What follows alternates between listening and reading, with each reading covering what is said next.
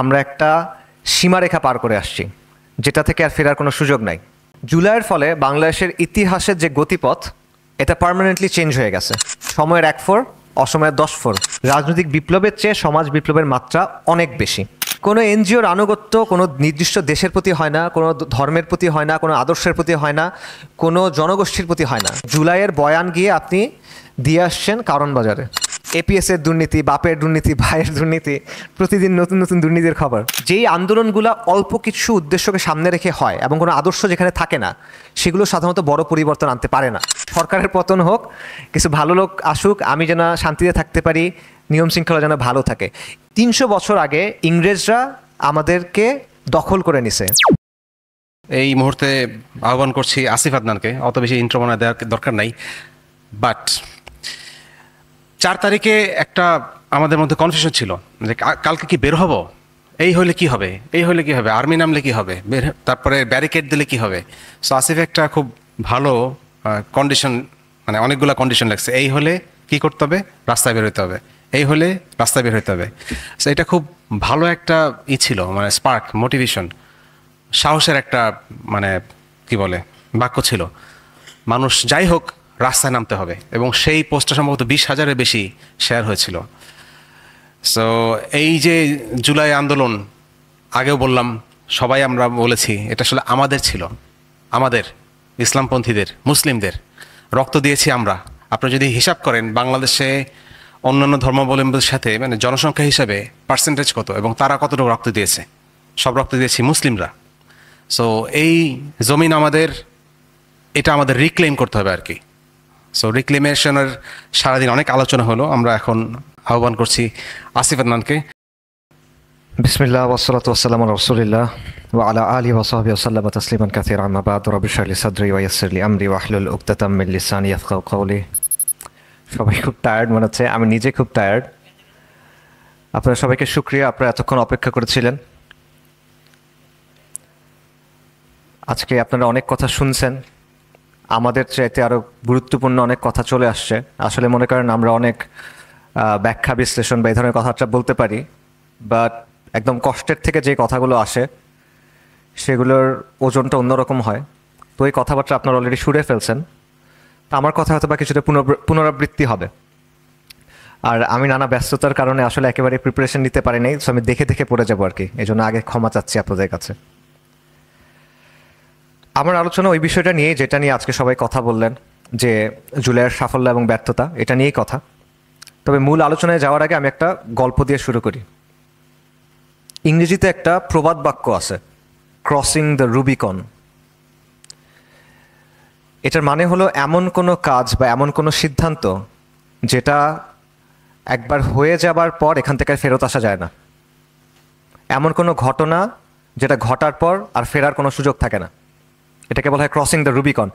এই প্রবাদ কীভাবে তৈরি হলো সেটার একটা ব্যাক স্টোরি আছে, সেটার পেছনে একটা স্টোরি আছে। স্টোরিটা হলো, ইটালিতে একটা ছোট নদী ছিল। নদীটা খুব সাধারণ, সব দিক থেকে খুব সাধারণ নদী, কিন্তু একটা বিশেষত্ব ছিল। বিশেষত্ব হলো এটা রোমান যে রিপাবলিক ছিল সেটা সীমারেখা ছিল। যদি এই নদী কেউ পার হইতো তাহলে এটার মানে হলো সে রোমের বিরুদ্ধে বিদ্রোহ করছে, এবং রোমের আইন মতে কোনো রোমান জেনারেল এই নদী পার হইতে পারতো না। তো খ্রিস্টপূর্ব 49 সালে রোমের বিখ্যাত একজন জেনারেল ছিলেন জুলিয়াস সিজার, আপনার নাম শুনছেন। জুলিয়াস সিজার সেই সময়কার ফ্রান্স, তখন নাম ছিল গল, সেটা বিজয় করছেন। বিজয় করে সেনাবাহিনী নিয়ে আসতেছেন। উনি এসে এই নদীর সামনে দাঁড়াইলেন। উনি জানেন যে এই নদী যদি পার হন তাহলে এসপার ওসপার, হয় উনি ক্ষমতা দখল করবে রোমের, অথবা মৃত্যু হবে। ঠিক আছে, অনেক বড় দানের খেলা আর কি। তো সিজার ক্ষমতা দখল করতে চাচ্ছিল। তো উনি ওই সময় ওখানে থেমে কিছুক্ষণ চিন্তা করলেন, তারপর বললেন যে দ্য ডাই ইজ কাস্ট, ইংরেজিতে বলে আর কি, যে চাল দেওয়া হয়েছে, এখন আর ফেরার কোনো সুযোগ নাই। এরপর সিজার সেনাবাহিনী নিয়ে নদী পার হইলেন। তারপর একটা ইতিহাস, তিনি রোমের ক্ষমতা দখল করলেন এবং রোমের যে রিপাবলিক ছিল সেটার পতন হলো, রোমান সাম্রাজ্য শুরু হলো, রোমান এম্পায়ার যেটা, সেটা শুরু হলো। আমরা যে পড়ি আর রোম, হোলি বাতুর রোম, এই যে রোমান সাম্রাজ্য। আচ্ছা, তো সেই থেকে এই যে নদী পার হয়ে যাওয়া, এটা থেকে প্রবাদ বাক্যটা আসছে ক্রসিং দ্য রুবিকন, কারণ ওই নদীর নাম ছিল রুবি। ঠিক আছে, তো এটার মানে হলো এমন কোনো সিদ্ধান্ত, এমন কোনো ঘটনা, এমন কোনো কাজ যেটা যদি একবার হয়ে যায় এটা থেকে আর ফেরত আসার কোনো সুযোগ থাকে না, অনিবার্য একটা ব্যাপার। এই কথাগুলো কেন বললাম, কারণ জুলাই 2024 আমাদের জাতির জন্য, এই মাটির জন্য, এই কম এবং জমিনের জন্য এই ধরনের একটা event. On July 2024 we cross the Rubicon. আমরা একটা লাইন পার করে আসছি, আমরা একটা সীমারেখা পার করে আসছি, যেটা থেকে আর ফেরার কোনো সুযোগ নাই। ওই সময়টা যখন বিশেষ করে কারফিউ দেওয়ার আগে অনেকের সাথে কথা হচ্ছিল, অনেক আলাপ হচ্ছিল, সেখানে বারবার একটা কথা আমি বলতেছিলাম, সেটা হলো যে we have crossed the line. কিছু একটা ঘটে গেছে, এটা কত 17-18 তারিখের কথা, যে এমন কিছু একটা ঘটে গেছে আমরা তো বুঝতেছি না, কিন্তু এটার আগের মতো হবে না। কারণ অনেকের মধ্যে অনেক প্রশ্ন ছিল না যে এই যে আন্দোলন হচ্ছে, আগেও তো আন্দোলন হয়েছে, কোটা আন্দোলন হয়েছে, সড়ক আন্দোলন হয়েছে, মোদি বিরোধী আন্দোলন হয়েছে, কোনো লাভ তো হয় নাই। কিন্তু আমার কাছে বারবার মনে হচ্ছিল যে না, আমরা অদৃশ্য কিছু একটা পার হয়ে আসছি, এবং কারফিউর পর যেটাই হোক, হয়তোবা আন্দোলন দমন হবে, হয়তোবা আন্দোলন চলবে, যাই হোক আলটিমেটলি এটা আগের অবস্থায় ফেরত যাবে না, এটা আমার কাছে খুব মনে হচ্ছিল। তো আলহামদুলিল্লাহ আন্দোলন ব্যর্থ হয় নাই, সেই আন্দোলন গণ অভ্যুত্থানে পরিণত হয়েছে এবং হাসিনার পতন হয়েছে। তো এই গল্পটাতে আমি কেন শুরু করলাম, কারণটা হলো যে জুলাই আসলেই আমাদের জন্য ওই ধরনের একটা মোমেন্ট, এই কমের জন্য, এই জাতির জন্য এটা আসলে একটা ক্রসিং দ্য রুবিকনের মতো মোমেন্ট, যেখানে পরে আপনি আর ফেরত যেতে পারবেন না। জুলাইয়ের সাফল্যগুলো আগে একটু বলি, সাফল্যর ব্যর্থতার আলোচনা যেহেতু। জুলাইয়ের সাফল্য হলো যে হাসিনার আমলে অনেকগুলো আন্দোলন হয়েছে, কিন্তু অন্য আন্দোলনগুলো যেখানে ব্যর্থ, জুলাই সেখানে সফল হয়েছে। দেখেন, হাসিনার আমলে হেফাজতে ইসলামের আন্দোলন হয়েছে 2013 সালে, 2014 সালে নির্বাচনের সময় বিরোধী দলগুলোর আন্দোলন হয়েছে, নিরাপদ সড়ক আন্দোলন হয়েছে, প্রথম কোটা আন্দোলন হয়েছে, মোদি বিরোধী আন্দোলন হয়েছে, 23 সালে আবার বিরোধী দলগুলোর আন্দোলন ছিল। কিন্তু এই প্রত্যেকটা আন্দোলনকে হাসিনা দমন করতে পারছিল, জুলাইকে পারে নাই।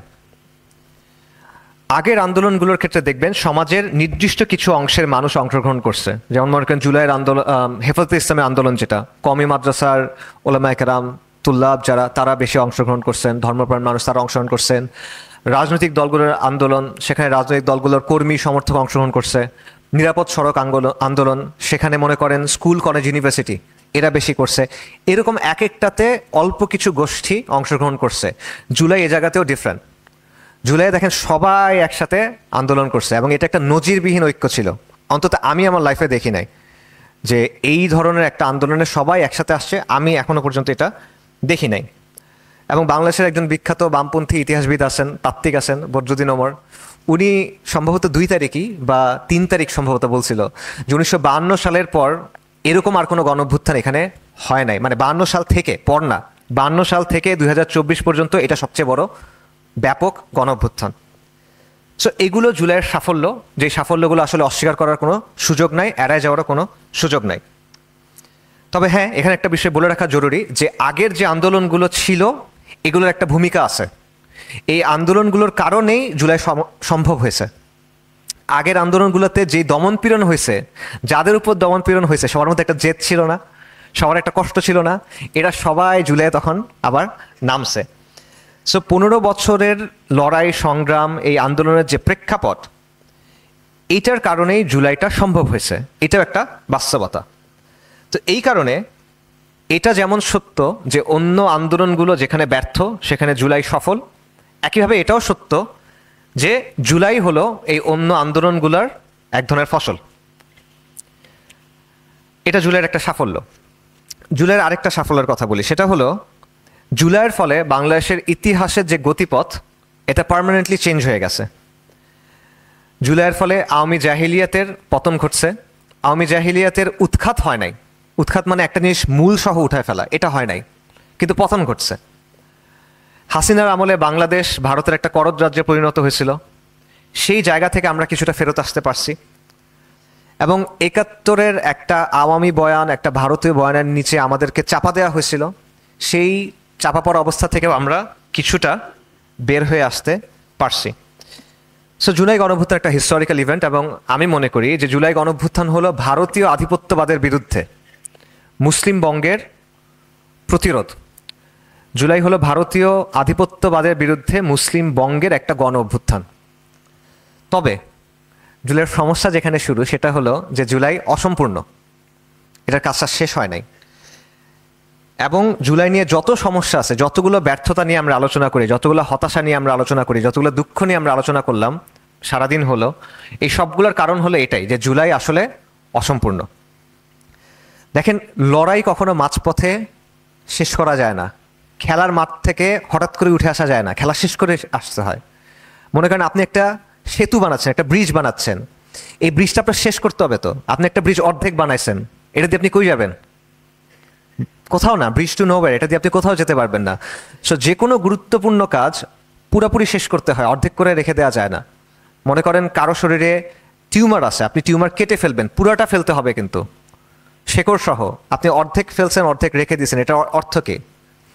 এটা অসুখটা আবার ফেরত আসবে। তো এই জিনিসটা জুলাইয়ের ক্ষেত্রে হয়েছে যে জুলাইয়ের কাজটা অর্ধেক রেখে আমরা চলে আসছি, যার কারণে এই সমস্যাগুলো হচ্ছে। সো জুলাইয়ের যে ব্যর্থতা, এটা এই কারণে, অসম্পূর্ণতার কারণে। এবং মোটা দাগে এই ব্যর্থতাটাকে দুই ভাগে ভাগ করা যায়, আমি দুই ভাগে ভাগ করি আর কি।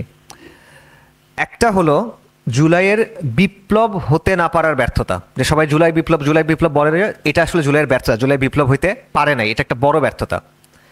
আরেকটা যে ব্যর্থতা সেটা হলো সংস্কারের ক্ষেত্রে ব্যর্থতা, যে জুলাইয়ের পরে কিছু পরিবর্তন আসার কথা ছিল, কিছু সংস্কারের কথা ছিল, সেগুলো হয় নাই। এই দুটাই আসলে মোটা দাগে ব্যর্থতা। আমরা একটা একটা করে একটু কথা বলি। প্রথম ব্যর্থতা, জুলাই বিপ্লব না, এটা একটা গণ অভ্যুত্থান। জুলাইয়ের বিপ্লব হওয়ার সুযোগ ছিল, সে হতে পারে না, এটা একটা গণ অভ্যুত্থান। এই কথাটা আমি অনেক আগে বলছিলাম, 8-9 তারিখ বলছিলাম গত বছরের। তো ওই সময় অনেকের কাছে এটা পছন্দ হয় নাই, অনেকে নানা ধরনের যুক্তি দেওয়ার চেষ্টা করছিল যে না, এটা আসলে গণ অভ্যুত্থান, বিপ্লব। বাট না, এটা আসলে বিপ্লব হয় নাই, এটা গণ অভ্যুত্থান হয়েছে। কিন্তু এই যে আপনি যে জিনিসটা বিপ্লব না, এটা কি বিপ্লব মনে করছেন, এটার ফলে একটা প্রবলেম হয়েছে। কি প্রবলেম হয়েছে? যে আপনার একটা আত্মতৃপ্তি কাজ করছে, বিপ্লব তো হয়ে গেছে, যা করার দরকার ছিল এটা তো হয়ে গেছে। তখন আপনি কি করছেন? আপনি আর কাজ করেন নাই, যেই কাজগুলো করা জরুরি ছিল সেই কাজগুলো তখন আর করা হয় নাই। তো যেই ঐতিহাসিক সুযোগটা আমাদের সামনে আসছিল, সেই সুযোগটা কাজে লাগানো সম্ভব হয় নাই। বাংলায় একটা প্রবাদ আছে যে সময়ের 1 ফোর, অসময়ের 10 ফোর। তো ওই সময় কিন্তু চলে গেছে, যে জিনিসপত্রগুলো করা সম্ভব ছিল এখন আর কিন্তু এটা করা সম্ভব না। সো এই যে আপনি জুলাইকে বিপ্লব মনে করছিলেন বা মানুষ মনে করছিল, এটার একটা বড় সমস্যা হলো এটা যে সঠিক সময়ে সঠিক কাজগুলো করা যায় নাই। তো এই যে কনফিউশনটা, এটা যে আসলে বিপ্লব না কিন্তু আমরা বিপ্লব বলতেছি, এটা কেন হইলো? এই মানে দ্বিধাদ্বন্দ্বটা কেন হলো, এই বিভ্রান্তি কেন হলো? এটার কারণটা হলো যে আমাদের একটা স্বভাব আছে যে আমরা একটা জিনিস নিয়ে কথা বলতে পছন্দ করি, কিন্তু আমরা জিনিসটা নিয়ে জানতে পছন্দ করি না। আমরা কোনো জিনিস জানার, ভালো মতো বোঝার চেষ্টা করি না, ভালোভাবে জানার চেষ্টা করি না, আমরা আবেগকে বেশি প্রাধান্য দিই। সো আমরা মনে করেন বিপ্লব এই কথাটা অনেক বলি, জব করতে পছন্দ করি, কিন্তু বিপ্লব আসলে কি, এই জিনিসটা আসলে কি, সেটা আমরা জানার চেষ্টা করি না। দেখেন, বিপ্লবকে আমি খুব সহজে আপনাদেরকে বলি। বিপ্লব হলো সিম্পলি দুটা জিনিস, ঠিক আছে? দুটা জিনিস। একটা হলো বিপ্লব একটা ফেনোমেনন, একটা ঘটনা। বিপ্লব একটা ইভেন্ট, একটা নির্দিষ্ট ধরনের ঘটনা। আর 2 নাম্বার হলো বিপ্লব হলো একটা নির্দিষ্ট ধরনের পরিবর্তন। বিপ্লব একটা নির্দিষ্ট ধরনের ইভেন্ট, ফেনোমেনন, এবং বিপ্লব একটা নির্দিষ্ট ধরনের পরিবর্তন। বিপ্লব নিয়ে অনেক একাডেমিক লেখালেখি আছে, মোটা মোটা বই আছে শুধুমাত্র বিপ্লব নিয়ে। বিপ্লব কেন হয়, কিভাবে হয়, কি কি পদ্ধতিতে হয়, বিপ্লবের পর কি কি হয়, মাঝখানে কি কি হয়, মোটা মোটা বই আছে, অনেক বই আছে। সেগুলোর আলোকে যদি আমি সংজ্ঞা দেই, তাহলে বিপ্লবের দুটো ধরন আছে। একটা হলো রাজনৈতিক বিপ্লব, একটা হলো সোশ্যাল রেভলিউশন, সামাজিক বিপ্লব বা সমাজ বিপ্লব। রাজনৈতিক বিপ্লব হলো যখন একটা রাষ্ট্রের কাঠামো এবং শাসন ব্যবস্থা বদলায় যায়, এটা হলো রাজনৈতিক বিপ্লব। সমাজ বিপ্লব কি? সমাজ বিপ্লব হলো রাষ্ট্রের কাঠামো বদলাবে, শাসন ব্যবস্থা বদলাবে, সমাজের মূল বুনিয়াদ বদলায় যাবে, সমাজের মানুষের যে মূল্যবোধ, জীবনবোধ, জীবনের ব্যাপারে যে দৃষ্টিভঙ্গি, এটাও বদলায় যাবে। সো আমরা সাধারণত মনে করি যে সমাজ বিপ্লব হলো নিচে, রাজনৈতিক বিপ্লব হলো উঁচুতে। বাট আপনি যদি একাডেমিক আলোচনায় যান, তাহলে দেখবেন রাজনৈতিক বিপ্লবের চেয়ে সমাজ বিপ্লবের মাত্রা অনেক বেশি।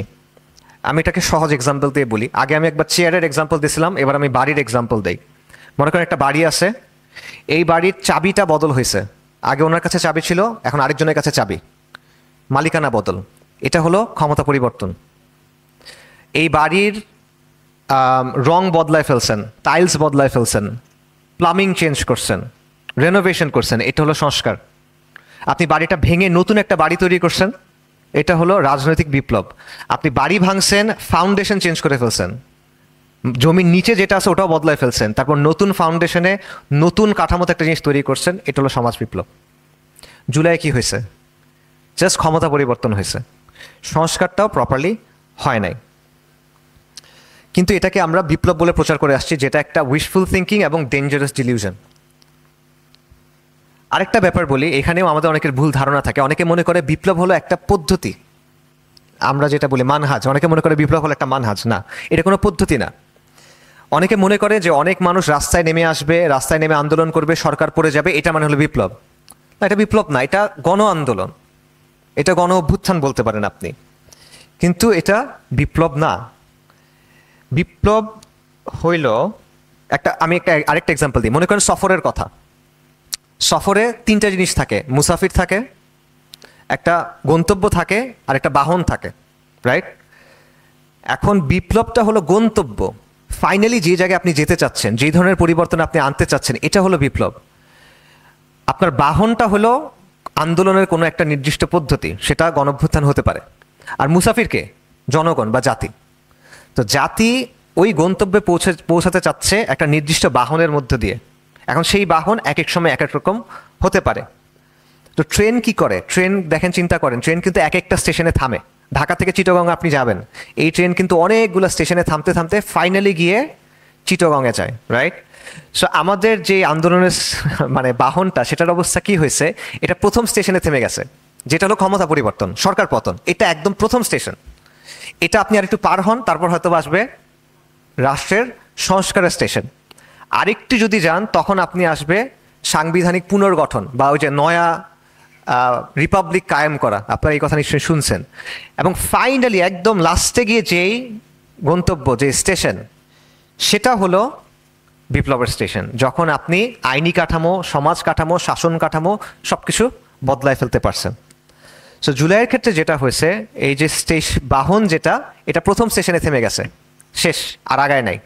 এই কারণে আপনি সরকার পতন পাইছেন, এই কারণে আমাদের এত হতাশা, এই কারণে এত দুঃখ, এই কারণে শহীদদের পরিবার তাদের এখনো রেকগনিশন পায় নাই, এই কারণে এটা হয় নাই, ওটা হয় নাই, সেটা হয় নাই।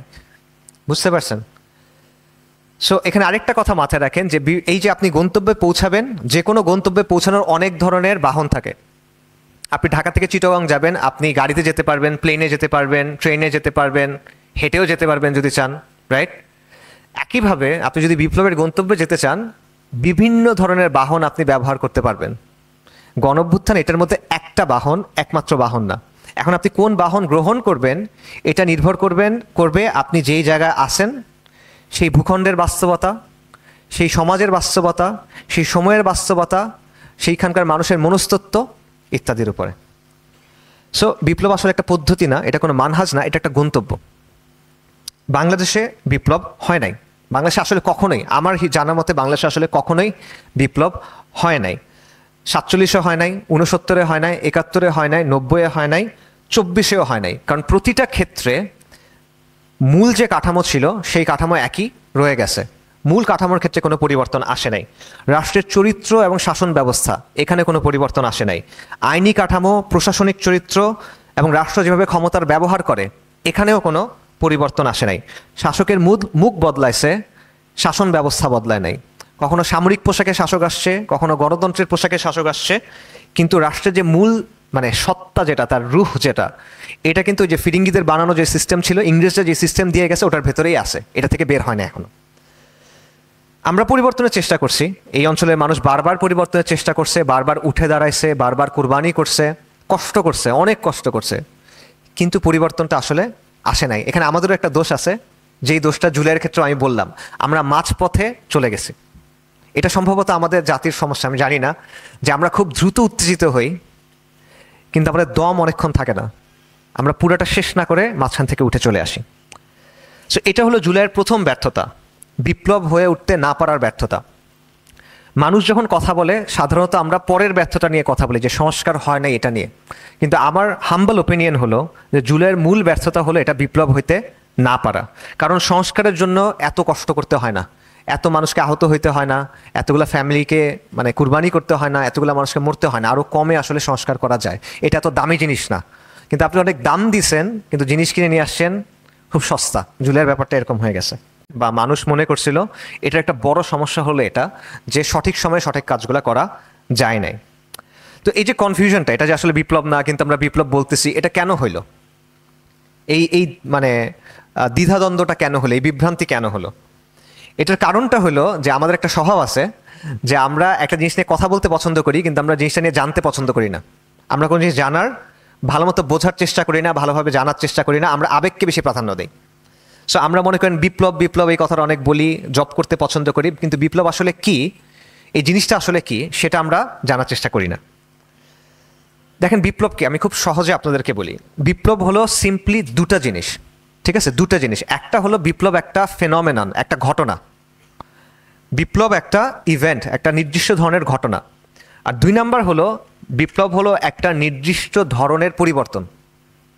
বিপ্লব একটা নির্দিষ্ট ধরনের ইভেন্ট, ফেনোমেনন, এবং বিপ্লব একটা নির্দিষ্ট ধরনের পরিবর্তন। বিপ্লব নিয়ে অনেক একাডেমিক লেখালেখি আছে, মোটা মোটা বই আছে শুধুমাত্র বিপ্লব নিয়ে। বিপ্লব কেন হয়, কিভাবে হয়, কি কি পদ্ধতিতে হয়, বিপ্লবের পর কি কি হয়, মাঝখানে কি কি হয়, মোটা মোটা বই আছে, অনেক বই আছে। সেগুলোর আলোকে যদি আমি সংজ্ঞা দেই তাহলে বিপ্লবের দুটো ধরন আছে। একটা হলো রাজনৈতিক বিপ্লব, একটা হলো সোশ্যাল রেভলিউশন, সামাজিক বিপ্লব বা সমাজ বিপ্লব। রাজনৈতিক বিপ্লব হলো যখন একটা রাষ্ট্রের কাঠামো এবং শাসন ব্যবস্থা বদলায় যায়, এটা হলো রাজনৈতিক বিপ্লব। সমাজ বিপ্লব কি? সমাজ বিপ্লব হলো রাষ্ট্রের কাঠামো বদলাবে, শাসন ব্যবস্থা বদলাবে, সমাজের মূল বুনিয়াদ বদলায় যাবে, সমাজের মানুষের যে মূল্যবোধ, জীবনবোধ, জীবনের ব্যাপারে যে দৃষ্টিভঙ্গি, এটাও বদলায় যাবে। সো আমরা সাধারণত মনে করি যে সমাজ বিপ্লব হলো নিচে, রাজনৈতিক বিপ্লব হলো উঁচুতে। বাট আপনি যদি একাডেমিক আলোচনায় যান তাহলে দেখবেন রাজনৈতিক বিপ্লবের চেয়ে সমাজ বিপ্লবের মাত্রা অনেক বেশি। আমি এটাকে সহজ এক্সাম্পল দিয়ে বলি। আগে আমি একবার চেয়ারের এক্সাম্পল দিয়েছিলাম, এবার আমি বাড়ির এক্সাম্পল দেই। মনে করেন একটা বাড়ি আছে, এই বাড়ির চাবিটা বদল হয়েছে। আগে ওনার কাছে চাবি ছিল, এখন আরেকজনের কাছে চাবি, মালিকানা বদল। এটা হলো ক্ষমতা পরিবর্তন। এই বাড়ির রং বদলায় ফেলছেন, টাইলস বদলায় ফেলছেন, প্লাম্বিং চেঞ্জ করছেন, রেনোভেশন করছেন, এটা হলো সংস্কার। আপনি বাড়িটা ভেঙে নতুন একটা বাড়ি তৈরি করছেন, এটা হলো রাজনৈতিক বিপ্লব। আপনি বাড়ি ভাঙছেন, ফাউন্ডেশন চেঞ্জ করে ফেলছেন, জমির নিচে যেটা আছে ওটাও বদলায় ফেলছেন, তারপর নতুন ফাউন্ডেশনে নতুন কাঠামোতে একটা জিনিস তৈরি করছেন, এটা হলো সমাজ বিপ্লব। জুলাই কি হয়েছে? জাস্ট ক্ষমতা পরিবর্তন হয়েছে, সংস্কারটাও প্রপারলি হয় নাই। কিন্তু এটাকে আমরা বিপ্লব বলে প্রচার করে আসছি, যেটা একটা উইশফুল থিঙ্কিং এবং ডেঞ্জারাস ডিলিউশন। আরেকটা ব্যাপার বলি, এখানেও আমাদের অনেকের ভুল ধারণা থাকে। অনেকে মনে করে বিপ্লব হলো একটা পদ্ধতি, আমরা যেটা বলি মানহাজ। অনেকে মনে করে বিপ্লব হলো একটা মানহাজ। না, এটা কোনো পদ্ধতি না। অনেকে মনে করে যে অনেক মানুষ রাস্তায় নেমে আসবে, রাস্তায় নেমে আন্দোলন করবে, সরকার পড়ে যাবে, এটা মানে হলো বিপ্লব। না, এটা বিপ্লব না, এটা গণ আন্দোলন, এটা গণ অভ্যুত্থান বলতে পারেন আপনি, কিন্তু এটা বিপ্লব না। বিপ্লব হইল আমি আরেকটা এক্সাম্পল দিই। মনে করেন সফরের কথা। সফরে তিনটা জিনিস থাকে, মুসাফির থাকে, একটা গন্তব্য থাকে, আর একটা বাহন থাকে, রাইট? এখন বিপ্লবটা হলো গন্তব্য, ফাইনালি যে জায়গায় আপনি যেতে চাচ্ছেন, যে ধরনের পরিবর্তন আপনি আনতে চাচ্ছেন, এটা হলো বিপ্লব। আপনার বাহনটা হলো আন্দোলনের কোনো একটা নির্দিষ্ট পদ্ধতি, সেটা গণঅভ্যুত্থান হতে পারে। আর মুসাফিরকে জনগণ বা জাতি। তো জাতি ওই গন্তব্যে পৌঁছাতে চাচ্ছে একটা নির্দিষ্ট বাহনের মধ্য দিয়ে। এখন সেই বাহন এক এক সময় এক এক রকম হতে পারে। তো ট্রেন কি করে? ট্রেন দেখেন, চিন্তা করেন, ট্রেন কিন্তু এক একটা স্টেশনে থামে। ঢাকা থেকে চিটাগং আপনি যাবেন, এই ট্রেন কিন্তু অনেকগুলো স্টেশনে থামতে থামতে ফাইনালি গিয়ে চিটাগংয়ে যায়, রাইট? সো আমাদের যে আন্দোলনের মানে বাহনটা, সেটার অবস্থা কি হয়েছে? এটা প্রথম স্টেশনে থেমে গেছে, যেটা হলো ক্ষমতা পরিবর্তন, সরকার পতন। এটা একদম প্রথম স্টেশন। এটা আপনি আরেকটু পার হন, তারপর হয়তো আসবে রাষ্ট্রের সংস্কারের স্টেশন। আরেকটু যদি যান, তখন আপনি আসবে সাংবিধানিক পুনর্গঠন বা ওই যে নয়া রিপাবলিক কায়েম করা। আপনারা এই কথা নিশ্চয়ই শুনছেন। এবং ফাইনালি একদম লাস্টে গিয়ে যেই গন্তব্য, যে স্টেশন, সেটা হলো বিপ্লবের স্টেশন, যখন আপনি আইনি কাঠামো, সমাজ কাঠামো, শাসন কাঠামো সব কিছু বদলায় ফেলতে পারছেন। সো জুলাইয়ের ক্ষেত্রে যেটা হয়েছে, এই যে বাহন যেটা, এটা প্রথম স্টেশনে থেমে গেছে, শেষ, আর আগায় নাই। এই কারণে আপনি সরকার পতন পাইছেন, এই কারণে আমাদের এত হতাশা, এই কারণে এত দুঃখ, এই কারণে শহীদদের পরিবার তাদের এখনো রেকগনিশন পায় নাই, এই কারণে এটা হয় নাই, ওটা হয় নাই, সেটা হয় নাই। বুঝতে পারছেন? সো এখানে আরেকটা কথা মাথায় রাখেন যে এই যে আপনি গন্তব্যে পৌঁছাবেন, যে কোনো গন্তব্যে পৌঁছানোর অনেক ধরনের বাহন থাকে। আপনি ঢাকা থেকে চিটাগং যাবেন, আপনি গাড়িতে যেতে পারবেন, প্লেনে যেতে পারবেন, ট্রেনে যেতে পারবেন, হেঁটেও যেতে পারবেন যদি চান, রাইট? একইভাবে আপনি যদি বিপ্লবের গন্তব্যে যেতে চান, বিভিন্ন ধরনের বাহন আপনি ব্যবহার করতে পারবেন। গণঅভ্যুত্থান এটার মধ্যে একটা বাহন, একমাত্র বাহন না। এখন আপনি কোন বাহন গ্রহণ করবেন এটা নির্ভর করবে আপনি যেই জায়গায় আছেন, সেই ভূখণ্ডের বাস্তবতা, সেই সমাজের বাস্তবতা, সেই সময়ের বাস্তবতা, সেইখানকার মানুষের মনস্তত্ত্ব ইত্যাদির উপরে। সো বিপ্লব আসলে একটা পদ্ধতি না, এটা কোনো মানহাজ না, এটা একটা গন্তব্য। বাংলাদেশে বিপ্লব হয় নাই, বাংলাদেশে আসলে কখনোই, আমার জানা মতে বাংলাদেশে আসলে কখনোই বিপ্লব হয় নাই। 47-এ হয় নাই, 69-এ হয় নাই, 71-এ হয় নাই, 90-এ হয় নাই, 24-এও হয় নাই। কারণ প্রতিটা ক্ষেত্রে মূল যে কাঠামো ছিল সেই কাঠামো একই রয়ে গেছে, মূল কাঠামোর ক্ষেত্রে কোনো পরিবর্তন আসে নাই। রাষ্ট্রের চরিত্র এবং শাসন ব্যবস্থা এখানে কোনো পরিবর্তন আসে নাই। আইনি কাঠামো, প্রশাসনিক চরিত্র এবং রাষ্ট্র যেভাবে ক্ষমতার ব্যবহার করে এখানেও কোনো পরিবর্তন আসে নাই। শাসকের মুখ বদলাইছে, শাসন ব্যবস্থা বদলায় নাই। কখনো সামরিক পোশাকে শাসক আসছে, কখনো গণতন্ত্রের পোশাকে শাসক আসছে, কিন্তু রাষ্ট্রের যে মূল মানে সত্তা যেটা, তার রুহ যেটা, এটা কিন্তু যে ফিরিঙ্গিদের বানানো যে সিস্টেম ছিল, ইংরেজরা যে সিস্টেম দিয়ে গেছে ওটার ভেতরেই আছে, এটা থেকে বের হয় না এখনো। আমরা পরিবর্তনের চেষ্টা করছি, এই অঞ্চলের মানুষ বারবার পরিবর্তনের চেষ্টা করছে, বারবার উঠে দাঁড়াইছে, বারবার কুরবানি করছে, কষ্ট করছে, অনেক কষ্ট করছে, কিন্তু পরিবর্তনটা আসলে আসে নাই। এখানে আমাদেরও একটা দোষ আছে, যেই দোষটা জুলাইয়ের ক্ষেত্রে আমি বললাম, আমরা মাঝপথে চলে গেছি। এটা সম্ভবত আমাদের জাতির সমস্যা, আমি জানি না, যে আমরা খুব দ্রুত উত্তেজিত হই, কিন্তু আমাদের দম অনেকক্ষণ থাকে না, আমরা পুরোটা শেষ না করে মাঝখান থেকে উঠে চলে আসি। সো এটা হলো জুলাইয়ের প্রথম ব্যর্থতা, বিপ্লব হয়ে উঠতে না পারার ব্যর্থতা। মানুষ যখন কথা বলে সাধারণত আমরা পরের ব্যর্থতা নিয়ে কথা বলি, যে সংস্কার হয় না এটা নিয়ে, কিন্তু আমার হাম্বল ওপিনিয়ন হলো যে জুলাইয়ের মূল ব্যর্থতা হলো এটা বিপ্লব হইতে না পারা। কারণ সংস্কারের জন্য এত কষ্ট করতে হয় না, এত মানুষকে আহত হইতে হয় না, এতগুলো ফ্যামিলিকে মানে কুরবানি করতে হয় না, এতগুলো মানুষকে মরতে হয় না, আরও কমে আসলে সংস্কার করা যায়। এটা এত দামি জিনিস না, কিন্তু আপনি অনেক দাম দিছেন, কিন্তু জিনিস কিনে নিয়ে আসছেন খুব সস্তা। জুলাইয়ের ব্যাপারটা এরকম হয়ে গেছে। সংস্কারের ব্যর্থতার দিকে তাকানো যাক। জুলাই যে বিপ্লব না, এটা আমরা সবাই এখন মোটামুটি বুঝি, অল্প কিছু মানুষ এখনও তর্ক করার চেষ্টা করছে, বাট মোটামুটি সবাই এখন বুঝে যে এটা আসলে বিপ্লব হয় নাই। কিন্তু জুলাইয়ের পরে কোনো সংস্কারও আসবে না, এটা আসলে অনেকের জন্য মেনে নেওয়া কষ্টকর, স্বাভাবিকভাবে কঠিন। এটা সবার একটা আশা ছিল যে জুলাইয়ের পর ইতিবাচক কিছু পরিবর্তন আসবে, কিন্তু সেটা হয় নাই। এবং জুলাইয়ের পরে যে না হওয়ার লিস্টটা অনেক বড়। আমি কয়েকটা জিনিস আপনাদের বলি কি কি হয় নাই জুলাইয়ের পরে। জুলাইয়ের পর যারা জান কুরবান করছেন, যারা আহত হয়েছেন, তাদের রাষ্ট্রীয় স্বীকৃতি আসে নাই, তাদের স্থায়ী পুনর্বাসন আসে নাই, তাদের শারীরিক মানসিক স্বাস্থ্যসেবা এটা নিশ্চিত করা হয় নাই। আগেকার যেসব চুক্তি ছিল ভারতের সাথে বা অন্য কারোর সাথে, যেগুলো দেশ বিরোধী, মানুষের স্বার্থ বিরোধী, সেগুলো বাতিল করা হয় নাই, সেগুলো সংশোধন করা হয় নাই, নতুন করে এরকম চুক্তি করা হচ্ছে। আওয়ামী লীগের বড় বড় যে নেতা, তাদেরকে ধরা হয় না, এরা খুব সুন্দরভাবে পালায় যেতে পারছে। আওয়ামী লীগের সময়ের যে অলিগার্ড ছিল, এই যে ব্যবসায়ী, যারা আওয়ামী শাসন থেকে নিজেরা উপকৃত হয়েছে এবং আওয়ামী লীগকেও তারা উপকার করছে, এরা এখন বহাল তবিয়তে আছে। আওয়ামী সুশীল সমাজ, এরা এখন বহাল তবিয়তে আছে, এদের কোনো বিচার হয় নাই, কোনো জবাবদিহিতা হয় নাই। জুলাই গণঅভ্যুত্থানের কোনো অফিসিয়াল রেকগনিশন আসে নাই। মনে করেন বাংলাদেশের ইতিহাসে বিভিন্ন সময় সংবিধান সংশোধনী ঘটছে বিভিন্ন বড় বড় ঘটনার পর, এটাও কিন্তু এখনও হয় নাই এখানে, মানে রেকগনিশন তো আসেই নাই। আচ্ছা, প্রাতিষ্ঠানিক কোনো সংস্কার আসে নাই। গুম, খুন, ক্রসফায়ার, এগুলোর কোনো বিচার হয় নাই। গুম কমিশনের যারা সদস্য, তারা নাম ধরে ধরে বলতেছে যে ডিজিএফআই, র্যাব, সিটিটিসি, এসবি এবং আরও কিছু প্রতিষ্ঠান, এরা সিস্টেম্যাটিক্যালি দেশের নাগরিকদের গুম করত, নির্যাতন করত, খুন করত, রাইট?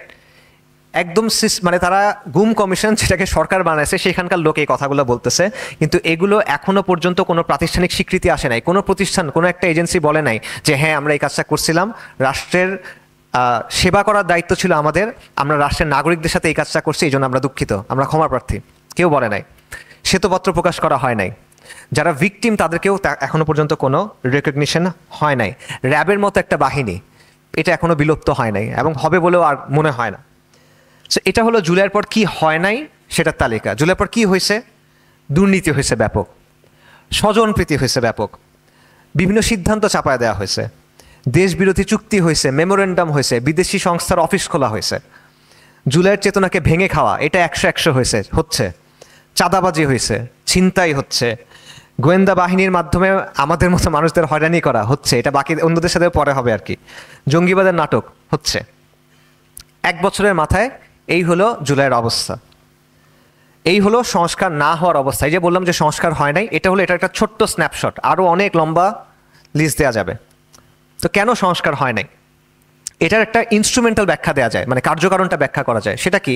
দেখেন জুলাই কি হয়েছে, আপনি রাষ্ট্রের যেটা কেন্দ্র ছিল ঢাকা শহর, সেই কেন্দ্র থেকে ক্ষমতা দখল করে ফেলছেন, সরকার পড়ে গেছে, তারপর যারা আন্দোলন করতেছিল তারাই ক্ষমতাটা পেয়ে গেছে, রাইট? এখন আপনি যখন হঠাৎ করে শাসন ক্ষমতা হাতে পেয়ে যান, আপনার কি করতে হবে? সরকার পতনের পর একটা প্রশাসনিক শূন্যতা তৈরি হয়, এই শূন্যতাটা কিন্তু পূরণ করতে হবে, খুব দ্রুত পূরণ করতে হবে, তা না হলে কি হবে? অরাজকতা তৈরি হবে। এখন পূরণ করার উপায় দুইটা, ইদার আপনি নতুন বিকল্প কোনো কাঠামো নিয়ে আসবেন, অথবা পুরনো যে কাঠামো আছে সেটার মাধ্যমে আপনি শাসন চালাবেন। কথা বুঝছেন? সরকারের পতন হয়ে গেছে, দেশে কোনো সরকার নাই, এখন আপনার আবার প্রশাসন ফেরত আনতে হবে। এখন আপনি ঈদের বিকল্প একটা কাঠামো নিয়ে আসবেন, অথবা পুরনো প্রশাসনের কাছে ফেরত যাবেন।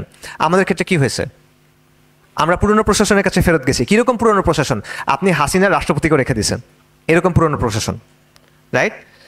সো আপনি বেসিক্যালি ওই সিস্টেমটার উপর নির্ভর করছেন যেটার বিরুদ্ধে আপনি আন্দোলন করছিলেন, যেই সিস্টেমটাকে আপনি উৎখাত করতে চাচ্ছিলেন, ঠিক আছে? এবং শুধু তাই না, গণ অভ্যুত্থানে ক্রুশাল ভূমিকা যারা রাখছে, বিভিন্ন রাজনৈতিক দল তারা ক্রুশাল ভূমিকা রাখছে, এটা তো বাস্তব। একইভাবে ছাত্রনেতা যারা, তারা ক্রুশাল ভূমিকা মানে গুরুত্বপূর্ণ ভূমিকা রাখছে, এটা তো বাস্তব। কিন্তু অভ্যুত্থানের পর কি হয়েছে? তাদের মধ্যে বিভেদ তৈরি হয়েছে এবং তাদের মধ্যে প্রতিযোগিতা তৈরি হয়েছে। কিসের প্রতিযোগিতা? মধু খাওয়ার প্রতিযোগিতা, মানে কে কতটা খাইতে পারে এটার একটা প্রতিযোগিতা। আমি আমার নিজের লোক কতটুকু ঢুকাতে পারি এটার প্রতিযোগিতা। আমি কতগুলো সুপারিশ করতে পারি এটার প্রতিযোগিতা। আমি কতটা লবিং করতে পারি এটার প্রতিযোগিতা। সেটা করতে গিয়ে আপনি কি করছেন? আগেকার যে প্রতিষ্ঠানগুলো ছিল, আগেকার যে মানুষগুলো ছিল, আগেকার যে চরিত্র ছিল রাষ্ট্রের, যেটা আপনাকে 15 বছর ধরে বা আরও বেশি সময় ধরে জুলুম নির্যাতন করে যাচ্ছে, সেটাকে আপনি আরও শক্তিশালী করছেন। তো আপনি সংস্কার কিভাবে আশা করেন? সংস্কার আনতে না পারার আরও কিছু কারণ আছে। আপনি উপদেষ্টা পরিষদটা দেখেন, অনেকে এটাকে আদর করে এনজিও উপদেষ্টা পরিষদ বলে মনে হয়, মানে মন্ত্রিসভা এটা ভর্তি হলো এনজিওর লোক দিয়ে। এই উপদেষ্টা পরিষদের দুইটা বৈশিষ্ট্য আছে, ইন্টারেস্টিং বৈশিষ্ট্য। এক, এটা ভর্তি এনজিওর লোক দিয়ে। দুই, এটার সাথে 1/11-এর সময় যে উপদেষ্টা পরিষদ, এটা কোনো মৌলিক পার্থক্য নাই। দুটাই গুরুত্বপূর্ণ পয়েন্ট। এনজিওদের আনুগত্য কাদের প্রতি হয় বলেন? কোনো এনজিওর আনুগত্য কোনো নির্দিষ্ট দেশের প্রতি হয় না, কোনো ধর্মের প্রতি হয় না, কোনো আদর্শের প্রতি হয় না, কোনো জনগোষ্ঠীর প্রতি হয় না। তাদের আনুগত্য হয় গ্লোবালিস্টদের প্রতি, তাদের আনুগত্য হয় পশ্চিমের প্রতি। সহজ ভাষায় তাদের যে ইমান আকিদা, তাদের যে তেহজিব, যদি কিছু থাকে, তাদের ইমান আকিদা তেহজিব তেমোজিন কি আপনার সাথে মিলে নাকি? মিলে না। সে কি আপনার স্বার্থের জন্য কাজ করে নাকি? করে না। সে সারা জীবন বাইরের এজেন্ডা নিয়ে কাজ করে গেছে। চিন্তাগতভাবে, দর্শনগতভাবে, আর্থিকভাবে, প্রাতিষ্ঠানিকভাবে এরা তো ওদের সাথে যুক্ত, আপনার সাথে যুক্ত না। সো তারা যদি একটা দেশের ক্ষমতায় আসে, তারা কাদের পারপাস সার্ভ করবে? অবশ্যই তারা পশ্চিমের পারপাস সার্ভ করবে, আপনার পারপাস তো সার্ভ করবে না। সো এটা হলো একটা সমস্যা। 2 নাম্বার দেখেন, 1/11-এর যে উপদেষ্টা পরিষদ, সেটার সাথে এটার মৌলিক পার্থক্য কি বলেন? আমি একটা পার্থক্য পাই, সেটা হলো এখানে ছাত্র উপদেষ্টা আছে। আমি আর কোনো মৌলিক পার্থক্য দেখি না। একই ধরনের লোক, ইনফ্যাক্ট একই লোকই আছে। একজন লোক আছে যিনি 1/11 ছিল, এখন এখানেও আছে উপদেষ্টা পরিষদে। তো 1/11-এর সরকারটা কি খুব ভালো সরকার ছিল? এই সরকার কি করছে? এটাই তো -2 যে ফর্মুলা, এটাই তো এটা নিয়ে আসছিল। এরাই তো আওয়ামী জাহিলিয়াত কায়েম করে দিয়ে গেছে নাকি?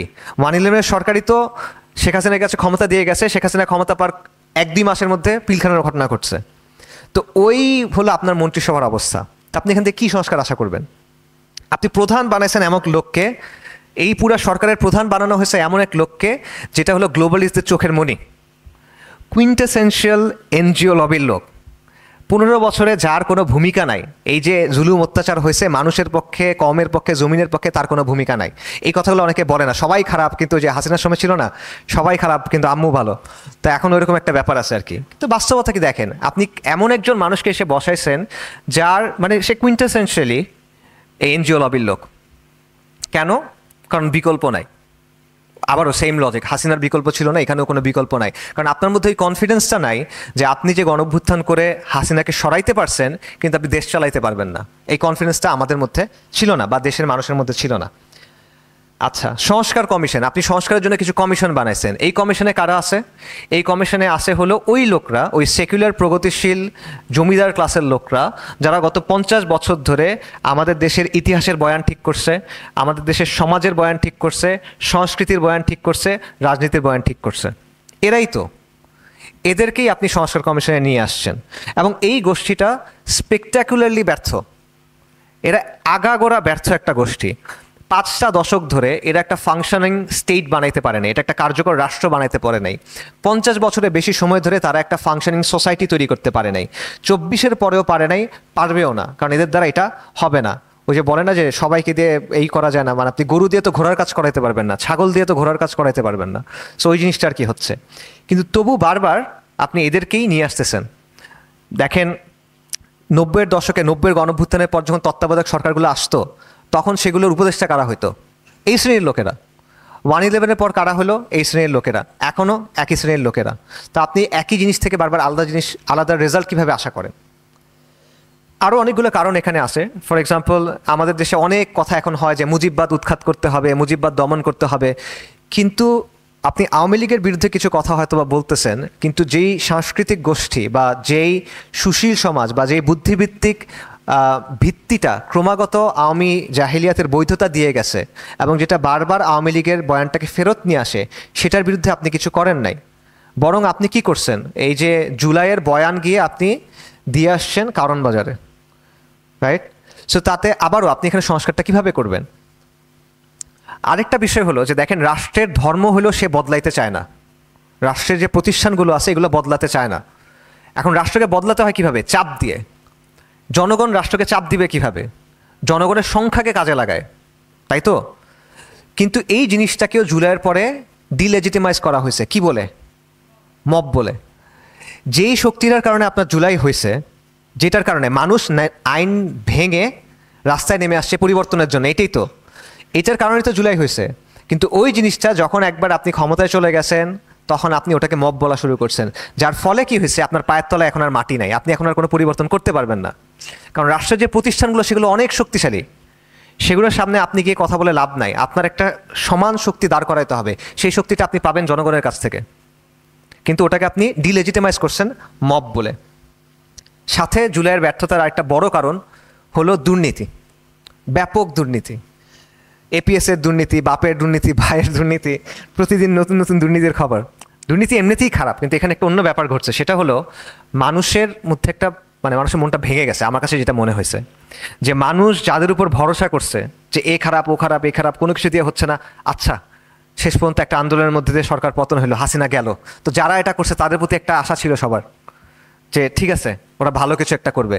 যখন দেখলে এরাও মানে ওই যে খাওয়ার পার্টি খেয়েই যাইতেছে, তখন এটা মানুষের মধ্যে মনোবলটা, মানে মনটা ভেঙে যায়, বেসিক্যালি লস অফ ইনোসেন্স আর কি। সো এই ব্যাপারটাও ঘটছে।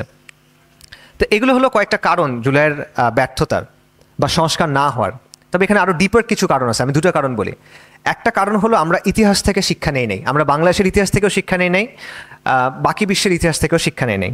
কারণ আমরা যদি ইতিহাসের দিকে তাকাইতাম তাহলে আমরা দেখতাম যে যেই আন্দোলনগুলো অল্প কিছু উদ্দেশ্যকে সামনে রেখে হয় এবং কোনো আদর্শ যেখানে থাকে না, সেগুলো সাধারণত বড় পরিবর্তন আনতে পারে না। এটা একটা ঐতিহাসিক বাস্তবতা। আরব বসন্তের দিকে তাকান, আরব বসন্তের সময় কিন্তু অনেকগুলো দেশে সরকার পতন হয়েছে। সেখানে স্লোগান কী ছিল? আশাব ইউরিদ ইসকাতুন নিজাম, যে জনগণ সরকারের পতন চায়। আর কি চায়? জানে না আর কি চায়। সে চায় যে সরকারের পতন হোক, কিছু ভালো লোক আসুক, আমি যেন শান্তিতে থাকতে পারি, নিয়ম শৃঙ্খলা যেন ভালো থাকে। এই চাওয়াটা দোষ না, মানে মানুষ সব মানুষ তো সব কিছু বোঝে না, মানুষ যতটুকু বুঝে অতটুকুই চায়, সেটা ঠিক আছে। এই চাওয়াটা দোষের না, কিন্তু এই অল্প চাওয়া দিয়ে আপনি কোনো পরিবর্তন আনতে পারবেন না। আপনি যে সরকারটাই ফালাইতে পারবেন, যতটুকু ঠিকমতো বুঝছেন অতটুকুই বাস্তবায়ন হয়। যেটা নিজের কাছে ক্লিয়ার না ওটা বাস্তবায়ন করা যায় না, এটা স্বাভাবিক। আপনারা সবাই পরীক্ষা দিচ্ছেন না, যেটা পারেন ওটাই তো লিখতে পারছেন, যেটা পারেন না ওটা তো আর বানায় উত্তর লেখা যায় না। বাংলায় হয়তো বা যায়, কিন্তু মনে করেন সায়েন্স টায়েন্স অন্য জায়গায় তো যাওয়া যায় না, ওই রকমই ব্যাপারটা। আমাদের এখানে আলোচনাগুলো আসলে কি, সুশাসন, সুষ্ঠু নির্বাচন কি নয়া রাজনৈতিক বন্দোবস্ত, এটার মানে কি তারা নিজেরাও জানে না যারা বলে, মানে ক্লিয়ার না আসলে। তো এভাবে আপনি পরিবর্তন আনতে পারবেন না। আর আমাদের সমস্যাটা ওয়ান ডিমেনশনাল না, আমাদের দেশের যে সমস্যা, আমাদের রাষ্ট্রের যে সমস্যা, এটা ওয়ান ডিমেনশনাল না, এটা খালি নির্বাচনের সমস্যা না। বাংলাদেশে সব ঠিক আছে, খালি নির্বাচনটা হয় না, ব্যাপারটা কিন্তু এরকম না। বাংলাদেশে সব ঠিক আছে, খালি ক্ষমতার হস্তান্তরটা শান্তিপূর্ণভাবে হয় না, এটা কিন্তু সমস্যা না। এখানে অনেক ধরনের সমস্যা আছে। 300 বছর আগে ইংরেজরা আমাদেরকে দখল করে নিছে, তারপর তারা জোর করে একটা সিস্টেম এখানে বানাইছে, যেই সিস্টেমটার উদ্দেশ্য কি ছিল? শোষণ করা, আর কিচ্ছু করা না। এটা শোষণ করার জন্য বানানো একটা আমলাতন্ত্র, শোষণ করার জন্য বানানো একটা শিক্ষা ব্যবস্থা, শোষণ করার জন্য বানানো একটা বিচার ব্যবস্থা, এবং ইংরেজদের শাসন টিকায় রাখা, আপনাকে ডান্ডা মেরে ঠান্ডা করার জন্য বানানো বাহিনী। এটা হলো বাস্তবতা। এখন ওই জিনিসটা আমরা কন্টিনিউয়ালি জাস্ট পতাকার রং চেঞ্জ করে করে ওটাকে আমরা রেখে দিচ্ছি। এটা হলো আমাদের রাষ্ট্রের বাস্তবতা। আমাদের সংবিধানের কথা দেখেন, ঔপনিবেশ মানে ওদেরটা কপি করে বানানো, সহজভাবে যদি বলি কলোনিয়াল স্টাইলে লেখা একটা সংবিধান। আমাদের আইনগুলো দেখেন, আমাদের আইনগুলো যদি কেউ পড়ে, সাধারণ মানুষ বুঝে না আইনে কি বলা আছে, মানে মানুষের ভাষা এটা না, এটা একটা বিজাতীয় ভাষার মতো বাংলা ভাষা, কিন্তু আমরা বুঝি না এখানে কি বলা হচ্ছে, কারণ এই ভাষায় আমরা কথা বলি না। আমাদের আমলাতন্ত্র, পুলিশ প্রশাসন, এরা বলে যে আমরা জনগণের সেবক, জনগণের চাকর। এরা আসলে কি? এরা আমাদের শাসক, এরা আমাদের নিপীড়ক, এরা আমাদের নির্যাতনকারী। এটা আজকের, এটা হাসিনার সময় না, কিন্তু এটা কন্টিনিউয়ালি হয়ে আসতেছে। খালি বাংলাদেশ আমলের কথাও না, এটা কন্টিনিউয়ালি এই অবস্থায় হয়ে আসতেছে। আপনার রাজনীতিবিদ যারা, আমরা জনগণের সেবক, তারাও সেবক, তারা হলো রাজা, আমরা হলাম প্রজা। এটা হলো বাস্তবতা। এই যে সেনাবাহিনীগুলো, এই যে পোস্ট কলোনিয়াল সেনাবাহিনীগুলো, পাকিস্তানের দিকে তাকান, মিশরের দিকে তাকান, এগুলো হলো জনগণকে একদম নিয়ন্ত্রণ করার এবং পশ্চিমা এজেন্ডা বাস্তবায়ন করার সবচেয়ে বড় হাতিয়ার। তো এই সব কিছু হলো আমাদের বাস্তবতা। এই বাস্তবতা আপনি নির্বাচন দিয়ে, দায় ও দরদের রাজনীতি দিয়ে, নয়া বন্দোবস্ত দিয়ে সলভ করবেন, এটা শিশুসুলভ চিন্তা ভাবনা আসলে। এটা হলো একটা সমস্যা, যে আমরা ইতিহাস থেকে শিক্ষা নেই নাই, যে আপনার যদি উদ্দেশ্য ক্লিয়ার না থাকে আপনার অর্জনটাও হবে না। দ্বিতীয় সমস্যা কি? দ্বিতীয় সমস্যা হলো একটা জিনিসের বিজ্ঞাপন আর একটা জিনিসের বাস্তবতাকে আলাদা করতে না পারা। একটা উদাহরণ দেই, আপনারা এখানে অনেক মুরব্বীরা আছে, কিছু মনে করেন না, আমি একটা উদাহরণ দিচ্ছি। যে আপনারা পারফিউমের অ্যাড দেখছেন না, যে একটা ছেলে গায়ে বডি স্প্রে দিছে, রাস্তায় বের হয়েছে, তারপর 10টা মেয়ে তার পিছিয়ে দৌড়াচ্ছে। আচ্ছা, এটা হলো বিজ্ঞাপন। এটা বাস্তবতা নাকি? কেউ ট্রাই করছেন কি না? এটা বাস্তবতা না। আপনি ওই পারফিউম দিয়ে বের হলে আপনার পিছিয়ে 10টা মেয়ে দৌড়াবে না। সে জিনিসটা বিক্রি করার জন্য এই জিনিসটা আপনার সামনে তুলে ধরছে, যাতে আপনি আকৃষ্ট হন, কিন্তু বাস্তবতাটা ভিন্ন, রাইট? এটা স্বাভাবিক একটা জিনিস, যে বিজ্ঞাপনে যেটা বলা হয় বাস্তবতা তার চেয়ে অনেক কম হয়। তো আমাদের সমস্যা যেটা হয়েছে, আমাদের রাজনৈতিক দলের নেতারা, আমাদের বুদ্ধিজীবীরা, আমাদের সমাজের গণ্যমান্য মানুষরা, আমাদের ছাত্র নেতারা, তারা কিছু জিনিসের বিজ্ঞাপনকে বাস্তবতা ধরে নিছে। কোন জিনিসের? ডেমোক্রেসি, লিবারেলিজম, লিবারেল ডেমোক্রেসি, এই জিনিসগুলোর একটা খুব সুন্দর বিজ্ঞাপন আছে। ওই যে পারফিউম দিলে 10টা মেয়ে দৌড়াবে, এরকম বিজ্ঞাপন, কিন্তু এর বাস্তবতা এরকম না। গণতন্ত্রের অর্থ পশ্চিমের জন্য একরকম, আপনার জন্য আরেক রকম। অধিকারের অর্থ ওদের জন্য একরকম, আপনার জন্য আরেক রকম। এবং এটা নতুন কিছু না। লিবারেলিজমের জনক বলা হয় জন স্টুয়ার্ট মিলকে, অন্যতম জনক। তার একটা বিখ্যাত উক্তি আছে, সে বলতেছে, despotism is a legitimate mode of government in dealing with barbarians. বর্বরদের জন্য স্বৈরশাসন একটা বৈধ শাসন ব্যবস্থা। বর্বর কারা? যারা পশ্চিমা না, এরা বর্বর। অর্থাৎ পশ্চিমের জন্য স্বৈরশাসন ভালো না, কিন্তু আপনার জন্য স্বৈরশাসন ভালো। এটা কোন বইয়ের কথা? জন স্টুয়ার্ট মিলের সবচেয়ে বিখ্যাত বই অন লিবার্টি, স্বাধীনতা নিয়ে লেখা বই। সেখানে বলতেছে বর্বরদের জন্য স্বৈরশাসন একটা ভালো ব্যবস্থা হইতে পারে, যদি এটা তাদের কল্যাণে কাজ করে। তো এটা আগেও তাদের চিন্তা ছিল, এটা এখনও তাদের চিন্তা, এবং এটা এখনও বাস্তবতা। এখন হয়তো একটু অন্যভাবে তারা এক্সপ্রেস করে। সো আমাদের মতো দেশে আপনি মনে করতেছেন যে হ্যাঁ, ফ্রেঞ্চ রেভলিউশন হয়েছে, তারা তো বিপ্লব করে রিপাবলিক কায়েম করছে, আমরা মনে হয় করতে পারবো, আমরাও গণতন্ত্র করব, লিবারেলিজম করব, এবং আমরা মুক্ত হয়ে যাব, বৈষম্য দূর হয়ে যাবে। ব্যাপারটা ভেবে কাজ করে না। আমাদের মতো বাংলাদেশের মতো গরিব পোস্ট কলোনিয়াল দেশের বাস্তবতা হইল যে এই দেশটা চলবে বাইরের কিছু শক্তির ইশারায়। আপনার দেশের বাজেট, অর্থনৈতিক পলিসি, উন্নয়নের নীতিমালা, স্বাস্থ্য খাতের নীতিমালা, শিক্ষা খাতের নীতিমালা, এটা ঠিক করে বাইরে থেকে ওরা। আপনার IMF, ওয়ার্ল্ড ব্যাংক, USAID, এই টাইপের সংস্থাগুলো। আপনার পররাষ্ট্র নীতি কী হবে, আপনার ন্যাশনাল সিকিউরিটির পলিসি কী হবে, সেইটা এই আন্তর্জাতিক এবং আঞ্চলিক শক্তিগুলো ঠিক করে দেয়। আপনার দেশে আপনি করিডোর দিবেন কিনা, দিলে কোথায় দিবেন, আপনার দেশে সামরিক ঘাঁটি হবে কিনা, আপনার বন্দর কে পাবে, আপনার দেশে কোন আন্তর্জাতিক সংস্থার অফিস হবে, এগুলো আপনি ঠিক করেন না, এগুলো ওরা ঠিক করে দেয়, ওরা বাইরে থেকে ঠিক করে দেয়। এইসব সিদ্ধান্ত আসে হয় দূতাবাস থেকে, নইলে আন্তর্জাতিক সংস্থা থেকে, নইলে এই যে এনজিও লবির লোকজনদের কাছ থেকে। সো এখানে কে ক্ষমতায় আসতেছে এটা আসলে খুব একটা ইম্পর্টেন্ট না, কারণ পলিসিগুলো আগে থেকে ঠিক হওয়া থাকে। ইনফ্যাক্ট আমার ধারণা 2024 সালের 11ই অগস্টের মধ্যেই সম্ভবত সিদ্ধান্ত হয়ে গেছিল যে বাংলাদেশে জাতিসংঘের মানবাধিকার পরিষদের একটা অফিস হবে। এটা আমার ধারণা, আমি জানি না, বাট আমার ধারণা 24 সালের 10ই অগস্টের মধ্যেই সম্ভবত এই সিদ্ধান্ত হয়ে গেছিল। তো এই বিষয়গুলো আমরা আসলে মাথায় রাখি নাই, আমরা বিজ্ঞাপনকে বাস্তবতা মনে করছি। তো এই হলো আর কি জুলাইয়ের সাফল্য এবং ব্যর্থতার কথা। শেষ কথায় যাই, আমাদের সামনে কি অপেক্ষা করতেছে, আমাদের ভবিষ্যতে কি আছে। আমি ইনিশিয়ালি ইকোনমিক্সের ছাত্র, এবং ইকোনমিক্সে একটা কথা আছে, কথাটা হলো সেটেরিস পেরিবাস, যদি সব চলক অপরিবর্তিত থাকে, এটা হলো এটার অর্থ। তো এই কথাটা এখানে গুরুত্বপূর্ণ। আমাদের সামনে কি অপেক্ষা করতেছে, যদি সব কিছু অপরিবর্তিত থাকে তাহলে আমাদের সামনে অপেক্ষা করতেছে মোর অফ দ্য সেম, যা আগে হয়েছে সেটাই, নতুন কোনো কিছু আমাদের জন্য অপেক্ষা করতেছে না। সেই একই রাজনীতি, সেই বিদেশি শক্তির তাবেদারি এবং দেশের স্বার্থের বদলে বিদেশি শক্তির স্বার্থকে প্রাধান্য দেওয়ার রাজনীতি। মাঝখান থেকে কী হবে, যারা ক্ষমতায় আসবে তারা সম্পদ বানায় নেবে। তাদের কাজ হলো একটা মধ্যস্বত্বভোগী টাইপের একটা দালাল ক্লাস, সহজ ভাষায়, সহজ বাংলা হলো একটা দালাল ক্লাসের মতো, যারা তাদেরকে কিছু জিনিসপত্র এনে দিবে, আপনাকে কিছু বুঝ দিয়ে রাখবে, মাঝখান থেকে সে নিজে সম্পদ বানায় নেবে। কারণ এরা ক্ষমতায় আসতেই চায় বিদেশি শক্তির। আমাদের সামনে কি অপেক্ষা করতেছে, আমাদের ভবিষ্যতে কি আছে। আমি ইনিশিয়ালি ইকোনমিক্সের ছাত্র, এবং ইকোনমিক্সে একটা কথা আছে, কথাটা হলো সেটেরিস পেরিবাস, যদি সব চলক অপরিবর্তিত থাকে, এটা হলো এটার অর্থ। তো এই কথাটা এখানে গুরুত্বপূর্ণ। আমাদের সামনে কি অপেক্ষা করতেছে, যদি সব কিছু অপরিবর্তিত থাকে তাহলে আমাদের সামনে অপেক্ষা করতেছে মোর অফ দ্য সেম, যা আগে হয়েছে সেটাই, নতুন কোনো কিছু আমাদের জন্য অপেক্ষা করতেছে না। সেই একই রাজনীতি, সেই বিদেশি শক্তির তাবেদারি এবং দেশের স্বার্থের বদলে বিদেশি শক্তির স্বার্থকে প্রাধান্য দেওয়ার রাজনীতি। মাঝখান থেকে কী হবে, যারা ক্ষমতায় আসবে তারা সম্পদ বানায় নেবে। তাদের কাজ হলো একটা মধ্যস্বত্বভোগী টাইপের একটা দালাল ক্লাস, সহজ ভাষায়, সহজ বাংলা হলো একটা দালাল ক্লাসের মতো, যারা তাদেরকে কিছু জিনিসপত্র এনে দিবে, আপনাকে কিছু বুঝ দিয়ে রাখবে, মাঝখান থেকে সে নিজে সম্পদ বানায় নেবে। কারণ এরা ক্ষমতায় আসতেই চায় বিদেশি শক্তির সুনজর নিয়ে, কখনো ইন্ডিয়া, কখনো আমেরিকা, কখনো অন্য কিছু, বাট বিদেশি শক্তি। সো এবং এদের বড় একটা অংশ দেশ নিয়ে চিন্তাই করে না। যদি কেউ চিন্তা করে, তারা উন্নতি মনে করে আনুগত্যকে, মানে উন্নতি হলো তাইওয়ানের মতো উন্নতি, মানে আমেরিকার একটা প্রক্সি স্টেট হয়ে উন্নতি, অথবা হংকংয়ের মতো উন্নতি, আরেকটা পাওয়ারের প্রক্সি স্টেট হয়ে উন্নতি, স্বাধীনভাবে উন্নতি, এটা তারা আসলে চিন্তাও করে না, চিন্তার মধ্যে এগুলো নাই। সো আমাদের জন্য এটাই যদি চলে, আমাদের জন্য অপেক্ষা করতেছে অসম্মান, জুলুম, অনাচার, জিল্লতি। মাত্রার পার্থক্য হবে, ডিগ্রির পার্থক্য হবে, আগে যা হয়েছে তার চেয়ে একটু কম হইতে পারে, কিন্তু একই জিনিস অপেক্ষা করতেছে। এবং এটার উদাহরণ আছে, 90 একটা গণঅভ্যুত্থান হয়েছিল 90-এর সময়।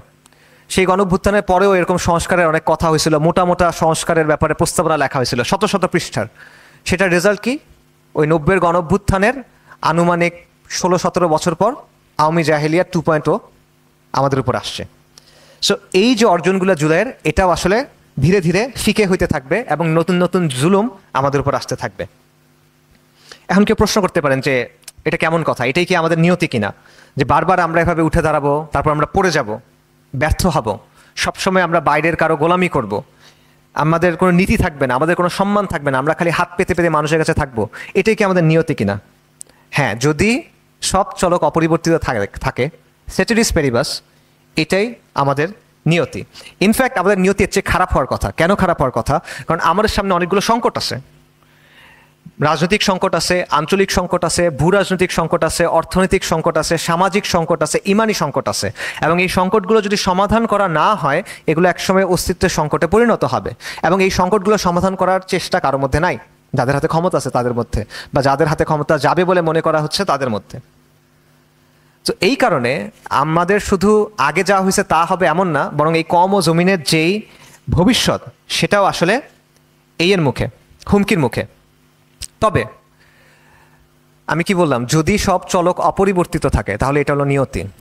কিন্তু যদি চলক পরিবর্তন করা যায়, যদি ফ্যাক্টরগুলো পরিবর্তন করা যায়, তাহলে পরিবর্তন সম্ভব, তাহলে চক্র ভাঙা সম্ভব। আমাদের অস্তিত্বের যে হুমকিগুলো আছে সেগুলো মোকাবেলা করা সম্ভব, আমাদের অভ্যন্তরীণ যে সংকট আছে সেটা অতিক্রম করা সম্ভব। এবং আমি মনে করি ইনশাআল্লাহ মাথা উঁচু করে একটা সভ্যতাগত প্রকল্প, একটা সিভিলাইজেশনাল প্রজেক্ট হিসেবে বিশ্বের বুকেও দাঁড়ানো সম্ভব। আমাদের নিজেদের মতো করে আমাদের নিজেদের গল্পটা লেখা সম্ভব। তবে আবারও বলতেছি, এটার জন্য আপনার বিদ্যমানতাকে বদলাতে হবে, চলকগুলো বদলাতে হবে। সবার আগে আমাদের নিজেদের পরিচয়টা ঠিক করতে হবে, যে আপনার পরিচয়ের ভিত্তিটা কি, আপনি কে আসলে, এটা আপনার ঠিক করতে হবে। আপনার ঠিক করতে হবে যে আপনার ফুরকান কি, আপনার মাপকাঠি কি, আপনার কম্পাস কি, গাইডিং কম্পাস কি, যেটা আপনাকে গন্তব্যে নিয়ে যাবে। আপনার একটা মরাল অর্ডার লাগবে, একটা নৈতিক ব্যবস্থা আপনার লাগবে, আপনার একটা প্রকল্প লাগবে। ওই যে আপনার ঠিক করতে হবে যে ঠিক আছে সরকার পড়ে যাবে, একটা শূন্যতা তৈরি হবে, এরপর কি, এটা ঠিক করতে হবে আপনার। এটার একটা ক্লিয়ার আইডিয়া আপনার মাথায় থাকতে হবে। আপনার ভবিষ্যতের ব্যাপারে একটা ভিশন থাকা লাগবে, যে ঠিক আছে এটা যাওয়ার পর এই জিনিসটা আমরা তৈরি করব, এবং এটা আপনার মানুষকে বুঝাতে হবে। আপনি এমন কোনো কথা মানুষকে বললে হবে না যেটা মানুষ বুঝে না। নয়া রাজনৈতিক বন্দোবস্ত, মানুষ বুঝে না, যে বলে সেও মনে হয় বোঝে না, এরকম হলে হবে না আপনার। এবং আপনার এমন কিছু লাগবে যেটা প্র্যাগম্যাটিক, ইউটোপিয়ান না, যেটা প্র্যাকটিক্যাল, তাত্ত্বিক না। এবং এই সব কিছু বাংলাদেশের জন্য এবং পুরো বিশ্বের জন্য আসলে একটা মাত্র জায়গা থেকে আসা সম্ভব, যেটা হলো দ্বীন ইসলাম। ইসলাম ছাড়া আর কোনো সম্ভাব্য সলিউশন এখানে নাই। আর এমন কোনো বিষয় নাই যেটা এই জিনিসগুলো আমাদেরকে দিতে পারবে, যে বিষয়গুলো আমি মাত্র বললাম। যদি বাংলাদেশকে একটা সিভিলাইজেশনাল প্রজেক্ট হিসেবে বিশ্ব মানচিত্রে হাজির হতে হয়, তাহলে অবশ্যই ইসলামকে আঁকড়ে ধরে এটা করতে হবে। এখানে দ্বিতীয় কোনো অপশন আমাদের সামনে নাই। এবং এটা আমি একটা ধর্মীয় বক্তব্য হিসেবে বলতেছি না, এটা একটা রিলিজিয়াস ক্লেম না, আমি এটা একটা নিরেট বাস্তবতার আলোকে বলতেছি। আমি এটা প্র্যাকটিক্যালিটির জায়গা থেকে বলতেছি, আমি এটা প্র্যাগম্যাটিক জায়গা থেকে বলছি। দিনের জায়গা থেকে এত কথা বলার তো আমার প্রয়োজন নাই। আল্লাহ আজ্জা ওয়া জাল যেটা বলে দিয়েছেন সেটা বলে দিয়েছেন, শেষ কথা। আল্লাহ আজ্জা ওয়া জালের কথাই চূড়ান্ত। কিন্তু বাস্তবতার নিরিখেও যদি আপনি দেখেন, প্র্যাগম্যাটিক জায়গা থেকেও যদি দেখেন, আপনি দেখবেন আর কোনো কিছু আপনাকে সমাধান দিতে পারবে না। দেখেন, ভারতের ছায়া থেকে বের হওয়া পর্যন্ত আমরা কোনো কিছু তৈরি করতে পারবো না। এখন ভারতের যে ছায়া, এটা থেকে আপনি কীভাবে বের হবেন বলেন? হিন্দুত্ববাদের মোকাবেলা কী দিয়ে করবেন? ভারতীয় আগ্রাসনবাদের মোকাবেলা কি দিয়ে করবেন? জয় শ্রীরাম দিয়ে যখন আপনাকে আক্রমণ করা হবে, তখন আপনি ক্লোন স্লোগান দিয়ে সেটার মোকাবেলা করবেন। এটা ইসলাম ছাড়া আর কোনো কিছু আপনার সামনে নাই। আপনার এমন কিছু লাগবে যেটা আপনি 47-কে অস্বীকার করতে পারবেন না, আপনি 71-কে অস্বীকার করতে পারবেন না, আপনি 24-কে অস্বীকার করতে পারবেন না। এখন কোন আদর্শ আছে যেটা দিয়ে আপনি এই তিনটাকে একসাথে ধারণ করতে পারবেন এবং রিকনসাইল করতে পারবেন? মুসলিম জাতীয়তাবাদ দিয়ে পারবেন না, কিন্তু সেটা অ্যাকাউন্ট করতে পারবে না, হয় নাই, এটা পসিবল হয় নাই। ইসলাম দিয়ে পারবেন, কারণ মুসলিম জাতীয়তাবাদ একটা সংকর জাতীয় জিনিস, রাইট? এটা পারবে না, ইসলাম পারবে। এটা ইসলাম প্রত্যেকটা জিনিসকে রিকনসাইল করতে পারবে, এখানে কোনো প্রবলেম না ইসলামের জায়গা থেকে, এখানে কোনো ইনকনসিস্টেন্সি থাকবে না। সামাজিক যে সংকট, সেকুলার হিউম্যানিজম যে সংকটগুলো তৈরি করছে, যেই সব পশ্চিমা সমাজ, পশ্চিমা পরিবার, পশ্চিমের মানুষ, পশ্চিমের প্রজন্ম আজকে ধ্বংস হয়ে গেছে, কেন? তাদের এই মতাদর্শের কারণেই তো, তাদের মূল্যবোধগুলোর কারণেই তো, তাদের লাইফস্টাইলের কারণেই তো। সেটা দিয়ে আপনি আপনার সমাজের সংকট কিভাবে থামাবেন? মানে বিষ দিয়ে তো চিকিৎসা হয় না। যেই জিনিসে অলরেডি একজন শেষ, নষ্ট হয়ে গেছে, একদম মারা যাচ্ছে সে, সেটা দিয়ে আপনি রোগের উপশম কিভাবে করবেন? এটা সম্ভব না। আপনি জাতিকে ঐক্যবদ্ধ করবেন কি দিয়ে? বাঙালি জাতীয়তাবাদ, বাংলাদেশিবাদ বা কিছু একটা, নয়া বন্দোবস্ত, লিবারেলিজম, এগুলো দিয়ে তো আপনি জাতিকে ঐক্যবদ্ধ করতে পারবেন না, এটা প্রমাণিত। এগুলো মানে কোনো তাত্ত্বিক কথা না, এগুলো তো বাস্তবতা। এগুলো দিয়ে আপনি বান্দার হক দিতে পারবেন না, এগুলো দিয়ে আপনি আদল এবং ইনসাফ নিশ্চিত করতে পারবেন না। এগুলো দিয়ে তো ভাই আপনি একটা বছর একটা গণঅভ্যুত্থানের অর্জনকে ধরে রাখতে পারেন নাই, এটা দিয়ে আপনি আমাকে সামনে কি দিবেন? এগুলো দিয়ে 50 বছর আপনি কি দিতে পারছেন? কিচ্ছু দিতে পারেন নাই। বারবার এটা প্রমাণিত হয়েছে, আর কত প্রমাণ আপনার কাছে লাগবে? একটা কথা বলা হয় যে insanity is doing the same thing over and over and expecting different results. যে উন্মাদনার সংজ্ঞা হলো একই জিনিস বারবার করা কিন্তু ভিন্ন ফলাফল আশা করা। তা আপনি একই জিনিস কতদিন ধরে করবেন পাগলের মতো, এবং আপনি আলাদা ফলাফল আশা করবেন? আর কতদিন আমরা এইসব জিনিসের পিছিয়ে দৌড়াইতে দৌড়াইতে অসম্মান, লাঞ্ছনা, ব্যর্থতার মধ্যে থাকব? অমোঘ বাস্তবতা হলো আমাদের সামনে, একদিকে হলো ধ্বংস, আরেকদিকে হলো ইসলামকে আঁকড়ে ধরে, এর বাইরে আর কিচ্ছু নাই। সুলতানি বাংলাদেশে সর্বশেষ এই বাংলা সম্মানিত অবস্থায় কখন ছিল বলেন? সুলতানি আমলে, যেটা ইসলামকে আঁকড়ে ধরে তৈরি হয় একটা প্রকল্প ছিল, ইসলামিক এটা একটা প্রজেক্ট ছিল। ইসলামকে আঁকড়ে ধরে আমাদের পূর্বপুরুষরা লড়াই করছেন, হাজী শরীয়তুল্লাহ থেকে শুরু করে তিতুমির এবং আরও অনেকে, আপনারা সবার নাম জানেন। ইসলামের সাথে আমাদের মাটি এবং মানুষ জড়ায় আছে, আমাদের অতীত বর্তমান ভবিষ্যৎ ইসলামের সাথে জড়ায় আছে। এই অমোঘ বাস্তবতাটা আমরা আর কতদিন অস্বীকার করব? একমাত্র ইসলামই এই সংকটগুলোর সমাধান দিতে পারবে, একমাত্র ইসলামই আমাদের মরাল অর্ডার দিতে পারবে, একমাত্র ইসলামই আমাদের রাজনৈতিক প্রকল্প দিতে পারবে, একমাত্র ইসলামই একটা নতুন সমাজের বুনিয়াদ দিতে পারবে। এবং ইসলামই পারবে সব মাখলুকের যথাযথ হক নিশ্চিত করতে, সেটা মানুষ হোক, সেটা প্রাণী হোক, সেটা মুসলিম হোক, সেটা অমুসলিম হোক, সেটা বাঙালি হোক, সেটা অবাঙালি হোক, অন্য কোনো এথনিক গোষ্ঠী হোক, সবার যথাযথ হক সেটা ইসলামে দিতে পারবে। আপনি যত অধিকারের কথা বলেন, যত আইনের কথা বলেন, এগুলো দিতে পারে নাই, পারবেও না। তবে ইসলাম যদি আনতে হয় বিপ্লব লাগবে। বিপ্লব কোন অর্থে? বিপ্লব মানে রাস্তা অনেক মানুষ নেমে গেল, সরকার পড়ে গেল, নাকি? না, বিপ্লব মানে হলো ওই পরিবর্তন অর্থে, ওই গন্তব্য অর্থে আপনার বিপ্লব লাগবে। এবং বিপ্লবের অনেকগুলো শর্ত আছে। বিপ্লবের একটা শর্ত হলো কাফেলা দরকার, এমন একটা কাফেলা দরকার যারা কুরবানি করবে, যারা জমি প্রস্তুত করবে, যারা সফল হবার দিনটা দেখবে এই আশাটা মোটামুটি ছেড়ে দিয়ে সারা জীবন কাজ করে যাবে, যারা ডিসিপ্লিনভাবে কাজ করবে, ধীরস্থিরভাবে কাজ করবে, এবং তারা নিজেরা সঠিক ইসলামী আদর্শের উপর প্রতিষ্ঠিত হবে, এবং তারা সমাজকে ইসলামের দিকে ডাকবে। এবং যেই কাফেলার কাছে একটা প্রকল্প থাকবে, পরিবর্তনের একটা মানচিত্র থাকবে। বিপ্লব চাইলে গণশক্তি লাগবে, জনগণের শক্তিকে কাজে লাগাতে পারতে হবে, মানুষকে মোবিলাইজ করতে পারতে হবে। আর সেটার জন্য হক এবং বাতিলের ভিত্তিতে, আল্লাহর দেয়া নিজাম বনাম গায়রুল্লাহর নিজাম, এই পার্থক্যের ভিত্তিতে সমাজে মেনুকরণ আনতে হবে। গণমানুষের শক্তি তুচ্ছ কিছু না। এই জনগণের শক্তির কারণে এপিসি নাম ছিল, ট্যাঙ্ক নাম ছিল, হেলিকপ্টার নাম ছিল, তারপরে কিন্তু হাসিনা টিকতে পারে নাই। এই জিনিসটা তুচ্ছ কোনো শক্তি না। এত সার্ভেইলেন্স, এত ডিবি হারুন, এত এই সেই, এত কিছু, এত বাহিনী, তারপরে সে টিকতে পারে নাই কেন? এই শক্তির কারণেই তো। এটা আবেগের কথা না, বাস্তবতার কথা বলতেছি। গণমানুষের শক্তিকে যদি কাজে লাগানো যায় তাহলে ট্রিমেন্ডাস সব জিনিসপত্র অ্যাচিভ করা যায়। আমি আপনাদের একটা এক্সাম্পল দিই হিস্ট্রি থেকে। ফ্রেঞ্চ রেভলিউশনের পর যারা বিপ্লবী ছিল তারা সেনাবাহিনী ভেঙে দিছিল, আগের সেনাবাহিনী ভেঙে দিছে, তারপর তারা সাধারণ মানুষকে দিয়ে একটা সেনাবাহিনী তৈরি করছে। এই সেনাবাহিনী একই সাথে দেশের ভিতরে একটা গৃহযুদ্ধ চালাইছে একাধিক জায়গায়, দুইটা বাইরের রাষ্ট্র তাদের আক্রমণ করছে, তাদের বিরুদ্ধে যুদ্ধ করছে, এবং তারা আরও নতুন জায়গা দখল করে নিছে। একই সাথে সাইমালটেনিয়াসলি তারা এই জিনিসটা করছে। এটা কোনো ছোট জিনিস না, এটা অনেক বড় একটা অর্জন। বাতিলের জন্য তারা করছে, কুফরের জন্য তারা করছে। সো এটা এই ধরনের একটা শক্তি, যদি মানুষকে প্রপারলি উদ্বুদ্ধ করা যায়, you can achieve tremendous things. এবং গ্রেট লিডার্স ডু দ্যাট। যারা মহান নেতা হয় না, জাতির ভাগ্য পরিবর্তন করার নেতা, তারাই কাজটা করতে পারে, তারা জনগণকে ওইভাবে উদ্বুদ্ধ করতে পারে। আমাদের দুঃখের বিষয়টা হলো আনফর্চুনেটলি আমাদের ওই গ্রেট লিডারগুলো নাই। সো বিপ্লবের জন্য উপযুক্ত নেতৃত্ব আমাদের প্রয়োজন, এমন নেতৃত্ব যাদের সঠিক আকিদা আছে, সঠিক মানহাজ আছে, সঠিক ফিকির আছে, এবং যারা ফিকহুল ওয়াকি বোঝেন, দুনিয়ার বাস্তবতা তারা বোঝেন, যারা প্রতারক না কিন্তু কোনো প্রতারণাকারী তাদের সাথে প্রতারণা করতে পারে না, এমন নেতা। যারা রাজদরবারে গিয়ে গুরুত্বপূর্ণ হইতে চায় না, এমন নেতা। যারা কুফরের শক্তি কিংবা কুফরের প্রতিষ্ঠানের সাথে সম্পর্ক রাখাকে কৃতিত্বের বিষয় মনে করে না, এমন নেতা। যারা ভিশনারি হবেন, যারা সাহসী হবেন, যারা হাঁটু গেড়ে জীবিত থাকার চেয়ে মাথা উঁচু করে সোজা দাঁড়ায় মৃত্যুর মুখোমুখি হওয়াটাকে বেছে নেবেন, এমন নেতা। যারা বিদেশি শক্তির তাবেদারির মাধ্যমে ক্ষমতায় আসতে চাইবেন না, যারা এক আল্লাহর গোলামি করবেন, এমন নেতা। এবং আমাদের বুদ্ধিভিত্তিক ভিত্তি লাগবে, আদর্শিক একটা ভিত্তি লাগবে। মানুষের বানানো তন্ত্রমন্ত্রের যে অসারতা আছে সেটা আপনার মানুষের সামনে তুলে ধরতে হবে, মানুষকে বোঝাতে পারতে হবে, আপনার নিজে বুঝতে হবে, মানুষকে বোঝাতে পারতে হবে। আর সব কিছুর চেয়ে বেশি লাগবে কুরবানি, সময়ের কুরবানি, অর্থের কুরবানি, জানের কুরবানি, মজার কুরবানি। আমাদের অনেক কিছু করতে ভাল লাগে না, অনেক কিছু করতে মজা লাগে, এগুলো কুরবানি করতে হবে, তা না হলে হবে না। কমফোর্ট জোনের ভেতর থেকে এই জিনিস জীবনেও আসবে না। বাস্তবতা হলো যে বাংলাদেশের মতো দেশে নির্দিষ্ট সময় পর পর নানা কারণে, সামাজিক কারণে, রাজনৈতিক কারণে, নানা কারণে আপনি বৈপ্লবিক পরিস্থিতি এসে উপস্থিত হয়।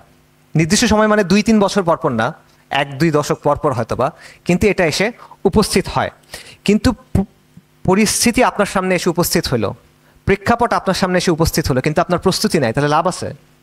নাই। তাহলে আপনি বারবার এরকম করবেন, সর্বোচ্চ একটা গণঅভ্যুত্থান করবেন, তারপরে এসে 1 বছর পরে সাফল্য এবং ব্যর্থতা নিয়ে একটা সেমিনার করবেন। সো এই জন্য এই বিষয়গুলো আমাদের মাথায় রাখা দরকার। আমি শেষ করি, একটা গল্প দিয়ে শুরু করছিলাম, ক্রসিং দ্য রুবিকন। এমন কোনো সিদ্ধান্ত, এমন কোনো ঘটনা যেখান থেকে আর ফেরত আসা যায় না, অনিবার্য পরিণতি। July 2024 we crossed the Rubicon. আমরা জুলাইয়ের আগের অবস্থায় ফেরত যাব না, এবং কেউ চাইলেও আসলে যেতে পারবে না। হ্যাঁ, অতীতের ময়লা আবর্জনা এখন অনেক রয়ে গেছে, জুলাই অসম্পূর্ণ থেকে গেছে, এটা সত্য। তবে এটার একটা ঢেউ আপনি দেখবেন বারবার ফিরে ফিরে আসবে, এটা আমার অ্যাসেসমেন্ট। এবং জুলাইয়ের ফলে এই যে ফিরিঙ্গিদের তৈরি করা যে রাষ্ট্রযন্ত্রটা আছে, এই নষ্ট একটা রাষ্ট্রযন্ত্র, এটার মধ্যে ফাটল ঘটছে, ভাঙে নাই, এটা এখনও আছে, শক্তভাবে আছে, কিন্তু এর মধ্যে ফাটল ধরছে। তো আগে হোক বা পরে হোক এই অসম্পূর্ণ কাজ শেষ করতে হবে, এই অসম্পূর্ণ হিসাবটা পুরা করতে হবে, এবং ইতিহাসের মঞ্চ আবার একদিন প্রস্তুত হবে। কিন্তু প্রশ্ন হলো সেই দিন আমরা তৈরি থাকবো কিনা। এই কাজটা সহজ না, কাজটা অত্যন্ত কঠিন। তবে কেন যেন আল্লাহ আজ্জা ওয়াজাল এই কাজটা আমাদের সামনে রাখছেন, এই প্রজন্মের সামনে রাখছেন। মহান আল্লাহ এই সুযোগটা আমাদের সামনে রাখছেন, এবং আল্লাহ জানেন, আমরা জানি না। আল্লাহ আজ্জা ওয়াজাল জানেন তিনি কেন রাখছেন, এবং তার যে বিবেচনা সেটাই সঠিক। 2024 সালের 4ই অগাস্ট আমি একটা লেখা লিখছিলাম। ওই সময় অনেকের মধ্যে অনেক হতাশা কাজ করতেছিল, সবার মধ্যে একটা অনিশ্চয়তা কাজ করতেছিল। তার আগের 2-3 দিন প্রচুর মানুষ মারা হয়েছিল। আমার সাথে অনেকে কথা বলছে যে চোখের সামনে তারা অনেকগুলো বিভৎস দৃশ্য দেখে আসছে, এবং একটা হতাশা কাজ করছিল যে কালকে কি হবে। তো ওই সময়টাতে আমি একটা লেখা লিখছিলাম, এবং আমি বলছিলাম যে কালকে লং মার্চ। এখন এই লং মার্চের সময় যদি ফোন বন্ধ করে দেয়, ফোন নেটওয়ার্ক, তাহলে কি হবে? যদি ইন্টারনেট বন্ধ করে দেয় তাহলে কি হবে? যদি সমন্বয়কদের গুম করে তাহলে কি হবে? যদি আর্মি গুলি করে তাহলে কি হবে? কিছু হবে না। আপনার কাজ হলো এগুলো নিয়ে চিন্তা না করে রাস্তায় নামা। আপনার কাজ হলো রাস্তায় নামা, হাঁটা দেওয়া। যদি রাস্তায় নামেন নিশ্চিত থাকেন ইতিহাসের সাথে দেখা হয়ে যাবে।